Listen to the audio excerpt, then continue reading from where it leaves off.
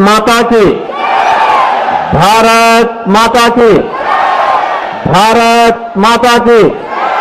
वंदे वंदे वंदे।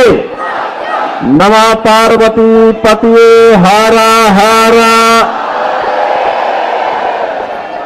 अपना आशीर्वाद प्रदान करने के लिए उपस्थित मेरे सभी बहनों और भाइयों, मैं कल सायकाल ही प्रयागराज की धरती से लखनऊ पहुंचा हूं। इस सदी का महाकुंभ इस समय प्रयागराज में चल रहा है। मां गंगा, यमुना और मां सरस्वती के पावन त्रिवेणी के संगम पर पिछले 10 दिनों के अंदर लगभग 10 करोड़ श्रद्धालुओं ने संगम में डुबकी लगा करके वहां पर पुण्य के भागीदार बने हैं। बहनों और भाइयों, अगले 35 दिनों तक ये सिलसिला चलेगा और इन 35 दिनों, कुल 45 दिनों में प्रयागराज की धरती पर 45 करोड़ श्रद्धालु आकर के पुण्य का भागीदार बनेगा। ये डबल इंजन सरकार, भारतीय जनता पार्टी की डबल इंजन सरकार आस्था को सम्मान देकर के अर्थव्यवस्था का उन्नयन करने का कार्य कर रही है। ये केवल भारतीय जनता पार्टी कर सकती है। आस्था का भी सम्मान है और अर्थव्यवस्था को उसके माध्यम से एक नई गति देने का भी वह माध्यम बना हुआ है। उत्तर प्रदेश सरकार और केंद्र सरकार ने मिलकर के महाकुंभ के महाआयोजन में 7,500 करोड़ रुपए खर्च किए, लेकिन इससे उत्तर प्रदेश की अर्थव्यवस्था में 2 लाख करोड़ रुपए से अधिक की वृद्धि होने वाली है। लाखों नौजवानों के लिए नए रोजगार का सृजन होने वाला है। उत्तर प्रदेश के बारे में जनता की धारणा को बदलने वाला है और उत्तर प्रदेश में पर्यटन के एक नए सर्किट के रूप में प्रयागराज, अयोध्या और काशी का दर्शन देश और दुनिया को करने का अवसर प्राप्त हो रहा है। बहनों और भाइयों, अनुमान करिए आज से 10 वर्ष पहले उत्तर प्रदेश के बारे में लोगों की क्या धारणा बन चुकी थी। आज से 7-8 वर्ष पहले उत्तर प्रदेश के बारे में लोग क्या सोचते थे। लेकिन डबल इंजन की सरकार आई और उस सरकार ने वहां पर उत्तर प्रदेश को उसकी पुरातन पहचान दिलाने का कार्य कराया। आज उत्तर प्रदेश में क्या नहीं है, आज वहां पर इंफ्रास्ट्रक्चर के बड़े बड़े कार्य हैं। देश के सबसे ज्यादा एक्सप्रेसवे हैं, हाईवे है, रेलवे का सबसे बड़ा नेटवर्क है, सबसे ज्यादा सिटी में मेट्रो का संचालन हो रहा है और वहां के स्वच्छता को अगर आप तुलना करेंगे तो आपको आज नजर आएगा। ज्यादा दूर मत जाइए, दिल्ली से लगे हुए उत्तर प्रदेश के महानगरों को देख लीजिए और दिल्ली के अंदर आम आदमी के कारनामों को आप तुलना कर लीजिए तो आपको अंतर स्पष्ट नजर आ जाएगा। और मैं इसीलिए आपसे कहने के लिए आया हूं, मैं इसीलिए आपसे कहने के लिए आया हूं, दिल्ली की यात्रा आज से प्रारंभ नहीं होती। 5,000 वर्षों का इतिहास है दिल्ली का। दिल्ली की 5,000 वर्षों के इस इतिहास में कभी ये दिल्ली इंद्रप्रस्थ के रूप में जानी जाती थी। ये दिल्ली अपने वैभव के लिए जानी जाती थी। दिल्ली के कार्य आज से 10 वर्ष पहले तक मॉडल के रूप में देखे जाते थे। लेकिन बहनों और भाइयों, आज मुझे जब दिल्ली चुनाव प्रचार की दृष्टि से तमाम मार्गों को जाना पड़ा तो यहां पता ही नहीं लग रहा था कि सड़क है या गड्ढा है, गड्ढे में सड़क है या सड़क में गड्ढा है। और इसीलिए मुझे 1 घंटा लेट हुआ आपके कार्यक्रम में आने में। मैं बहुत था, मैं बहुत था यहां पर देख करके कि राष्ट्रीय राजधानी दिल्ली की सड़कों की दुर्गति, और बहनों और भाइयों यही नहीं, जब मैंने सड़कों पर गंदगी का ढेर देखा, कूड़ा पड़ा हुआ है, प्लास्टिक से सड़कें पटी हुई है, गंदगी का ढेर जगह जगह लगा हुआ है, गंदगी के बड़े बड़े पहाड़ दिखाई दे रहे हैं, सीवर लाइन सड़कों पे बह रही है। और दिल्ली, अभी तो ये जनवरी चल रहा है, आप देखना फरवरी के बाद जब पेयजल का संकट आता है, टैंकर माफिया यहां पे हावी होगा, तब का क्या दृश्य होता है। बहनों और भाइयों, ये दुर्गति करने का सबसे बड़ा अपराधी कोई है तो और कोई नहीं, अरविंद केजरीवाल नाम का जीव इसका सबसे बड़ा अपराधी है, सबसे बड़ा अपराधी है। बहनों और भाइयों, यहां झूठ बोलने की एटीएम है।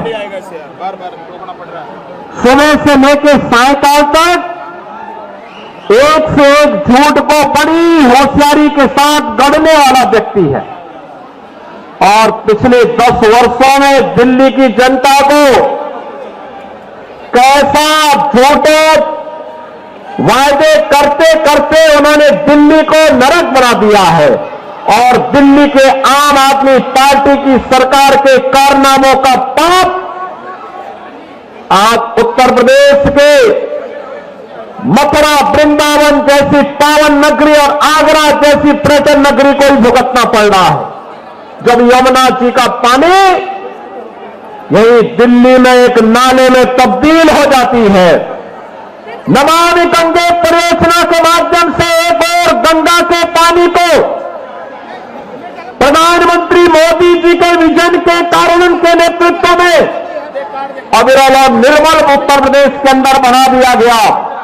उसका परिणाम है कि प्रयागराज में आप जाएंगे, कल आपने देखा होगा कि उत्तर प्रदेश सरकार का पूरा मंत्रिमंडल, 54 सदस्यीय मंत्रिमंडल ने संगम में डुबकी लगाई। एक साथ आनंद की अनुभूति, पुण्य का लाभ हमने प्राप्त किया।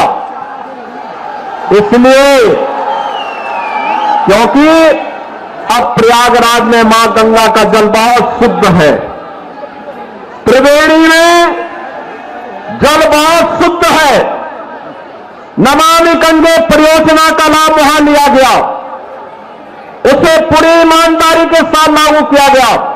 लेकिन दिल्ली के अंदर यमुना की शुद्धि हो, इसके बारे में कभी कोई चिंता से अरविंद केजरीवाल ने और उनकी टीम ने नहीं किया।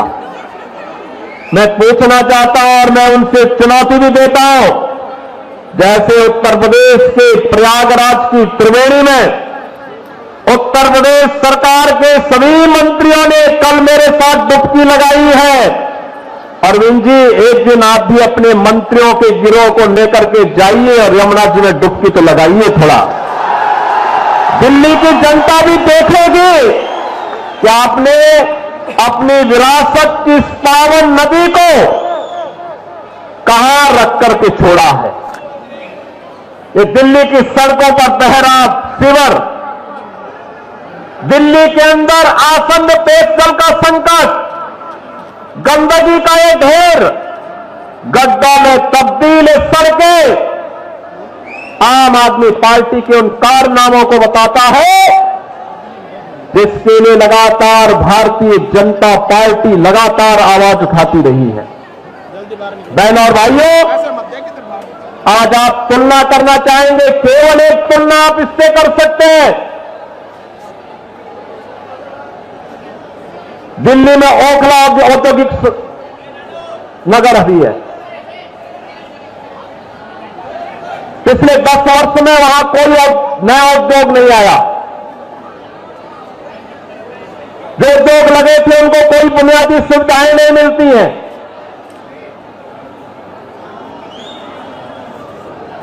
और एक न्यू ओखला के रूप में, नोएडा के रूप में आप जानते हैं।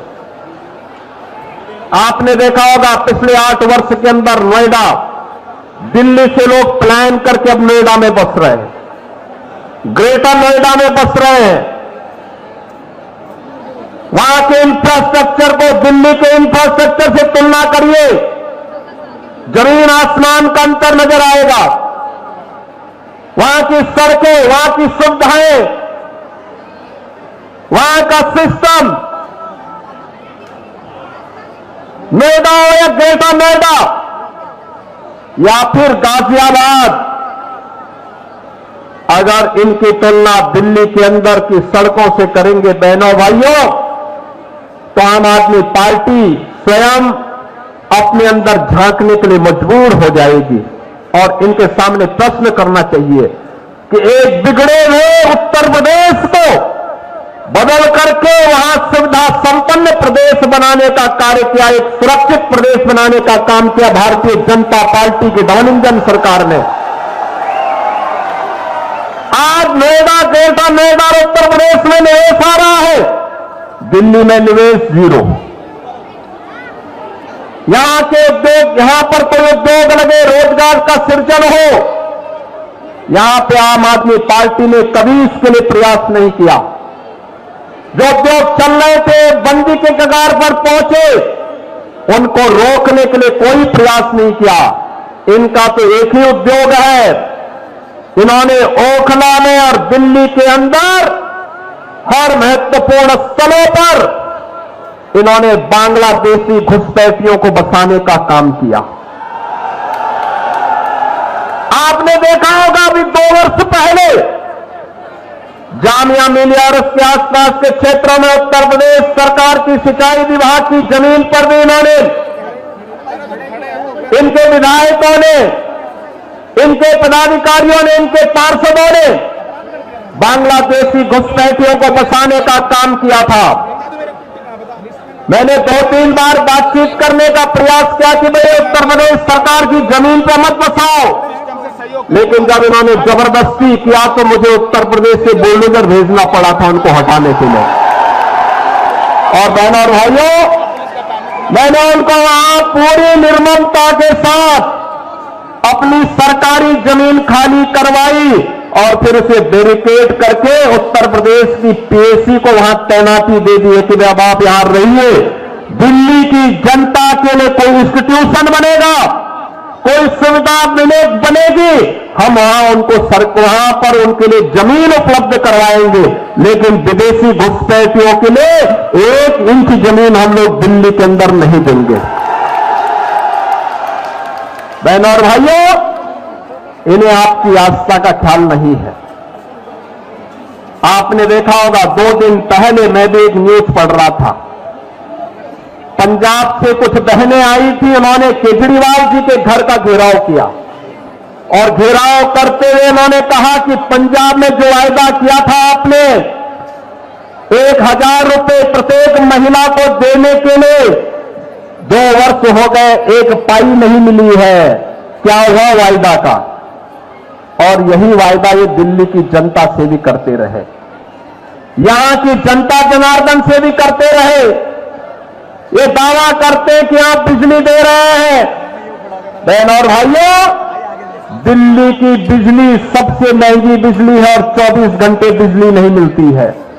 मैं आपसे कहना चाहता हूं, आप आइए, हमारा पश्चिमांचल क्षेत्र, ये मेरठ से लेकर के आपका गाजियाबाद तक की पूरी बिजली पश्चिमांचल विद्युत वितरण उत्तर प्रदेश पावर कारपोरेशन करता है, बिजली मिलती है 5 रुपये 24 पैसे पर यूनिट, और दिल्ली में बिजली का रेट है 9 रुपये से लेकर 10 रुपया। अनुमान करिए, हम लोग मेरठ हो या गाजियाबाद 24 घंटे बिजली दे रहे हैं, लेकिन दिल्ली में बिजली की कट बहुत ज्यादा है, पानी नहीं है, जन सुविधाएं नहीं है। लेकिन इन्होंने बांग्लादेशी घुसपैठियों की मदद से यहां पर इनके पार्षद और इनके पदाधिकारियों ने मिलकर के 2020 में किस निर्ममता के साथ दंगा करवाने का काम किया था, कैसे शाहीन बाग में इन्होंने अराजकता और गुंडागर्दी करने का काम किया था। बहनों और भाइयों, मैं तो केवल आपसे एक बात कहना चाहूंगा, आज भारतीय जनता पार्टी के डबल इंजन की सरकारें जिन राज्यों में है, उन राज्यों में आप देखिए, वहां आपको स्वच्छ वातावरण मिलेगा, एक सुरक्षित वातावरण मिलेगा, निवेश के बेहतरीन डिस्टिलेशन के रूप में उन राज्यों में एक स्वस्थ प्रतिस्पर्धा आगे बढ़ी है, और आस्था का सम्मान इस कदर, विरासत का सम्मान कैसे होना चाहिए, अगर उसके कुछ उदाहरण देखने हो तो काशी में आइए, काशी विश्वनाथ धाम आपको देखने को मिलेगा। आप अयोध्या में आएंगे, 500 वर्षों का इंतजार समाप्त हुआ, एक नई अयोध्या के दर्शन होंगे। हर व्यक्ति विभूत होता है जब अयोध्या जाता है, उसको लगता है जैसे त्रेता युग में भगवान प्रभु राम के उस समय से अयोध्या का दर्शन कर रहे हैं। अयोध्या में वह स्थिति आज हम सबके सामने है। प्रयागराज महाकुंभ के दर्शन हो रहे हैं। आप उत्तराखंड में जाएंगे, केदारपुरी के दर्शन करेंगे, भव्य और दिव्य केदारपुरी। मध्य प्रदेश में जाएंगे तो बहनों और भाइयों, महाकाल का महालोक के दर्शन वहां देखने को मिलते हैं। ये डबल इंजन सरकार की ताकत है, और डबल इंजन किसी सरकार की ताकत का एहसास कराने के लिए, आपका आह्वान करने के लिए कि दिल्ली के अंदर डबल इंजन की सरकार बनाओ, बुनियादी सुविधाएं भी पाओ, और दिल्ली को फिर से इंद्रप्रस्थ बनाने की दिशा में अग्रसर होइए। दुनिया की सुंदरतम नगरी बनने का गौरव इस दिल्ली को प्राप्त होना चाहिए, राष्ट्रीय राजधानी को प्राप्त होना चाहिए। यहां रहने वाली 3 करोड़ की आबादी को भी बुनियादी सुविधा प्राप्त करने का अधिकार होना चाहिए। अच्छी सड़कें मिले, पब्लिक ट्रांसपोर्ट की बेहतरीन सुविधा प्राप्त हो, शुद्ध पेयजल की सुविधा हो, स्ट्रीट लाइट मिले, पेयजल की सुविधा यहां के नागरिकों को प्राप्त हो, शुद्ध पेयजल हो, सीवर लाइन व्यवस्थित तरीके से बिछाई जाए। इसके लिए अपने उत्तरदायित्व का निर्वहन केवल डबल इंजन की भारतीय जनता पार्टी की सरकार कर सकती है, और इसके लिए प्रधानमंत्री मोदी जी के नेतृत्व में जैसे भारतीय जनता पार्टी की तमाम राज्य सरकारों ने कार्य करना प्रारंभ किया है, उसी तर्ज पर दिल्ली के अंदर भी भारतीय जनता पार्टी की सरकार बने। इसके लिए यहां पर दिल्ली की जनता ने अरविंद केजरीवाल जी लोकसभा चुनाव में एक टेलर दिखाया है, 7 की 7 सीट भारतीय जनता पार्टी के कमल चुनाव चिन्ह को खिलाने का काम की है। याद करिए, लोकसभा चुनाव के पहले उन्होंने ताल ठोक करके कहा था कि मैं क्यों इस्तीफा दूं, ये तो जनता तय करेगी। तो जनता तो उसी समय तय कर चुकी है, लोकसभा चुनाव में तय कर चुकी है।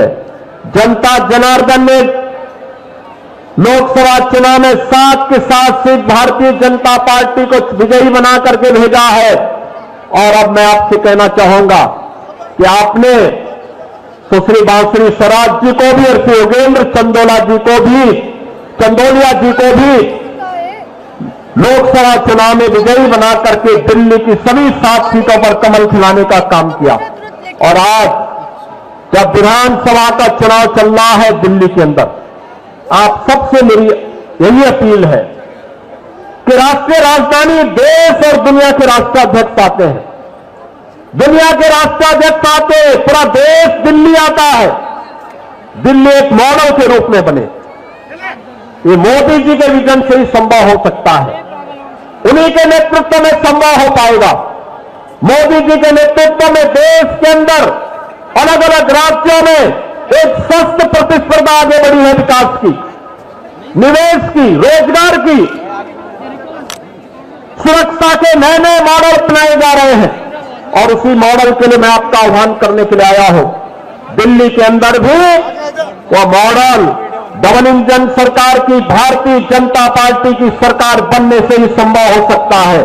और उस मॉडल के लिए भारतीय जनता पार्टी ने इस करोल बाग विधानसभा क्षेत्र में अपने राष्ट्रीय महासचिव से दुष्यंत गौतम जी को उतारा है। दुष्यंत जी के पास सार्वजनिक जीवन का एक लंबा अनुभव है, संगठन का एक लंबा अनुभव है। राष्ट्रीय महासचिव के रूप में, तमाम राज्यों के प्रभारी के रूप में वे कार्य कर रहे हैं।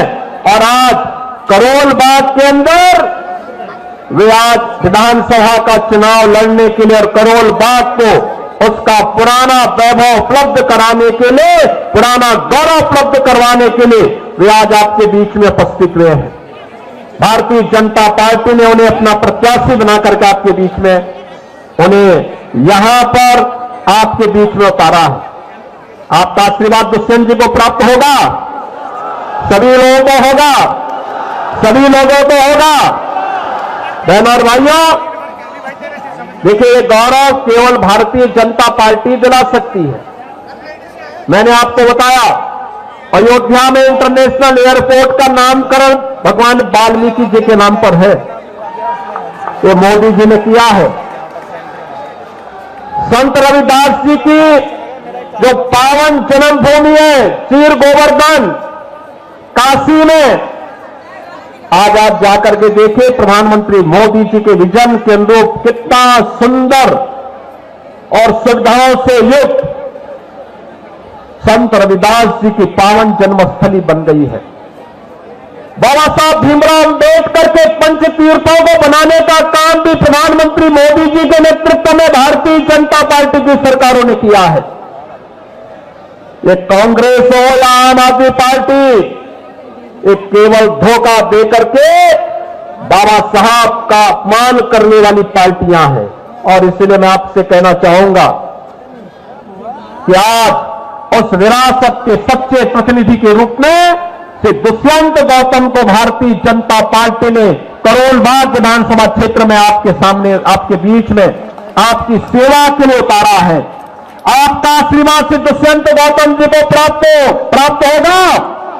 दोनों हाथ जाकर के यहां पे आश्वस्त करिए, दोनों, जहां तक मेरी आवाज जा रही है, दोनों हाथ जाकर के अपना आशीर्वाद श्री दुष्यंत गौतम जी को दीजिए। देंगे? दोनों हाथ जाकर के बोले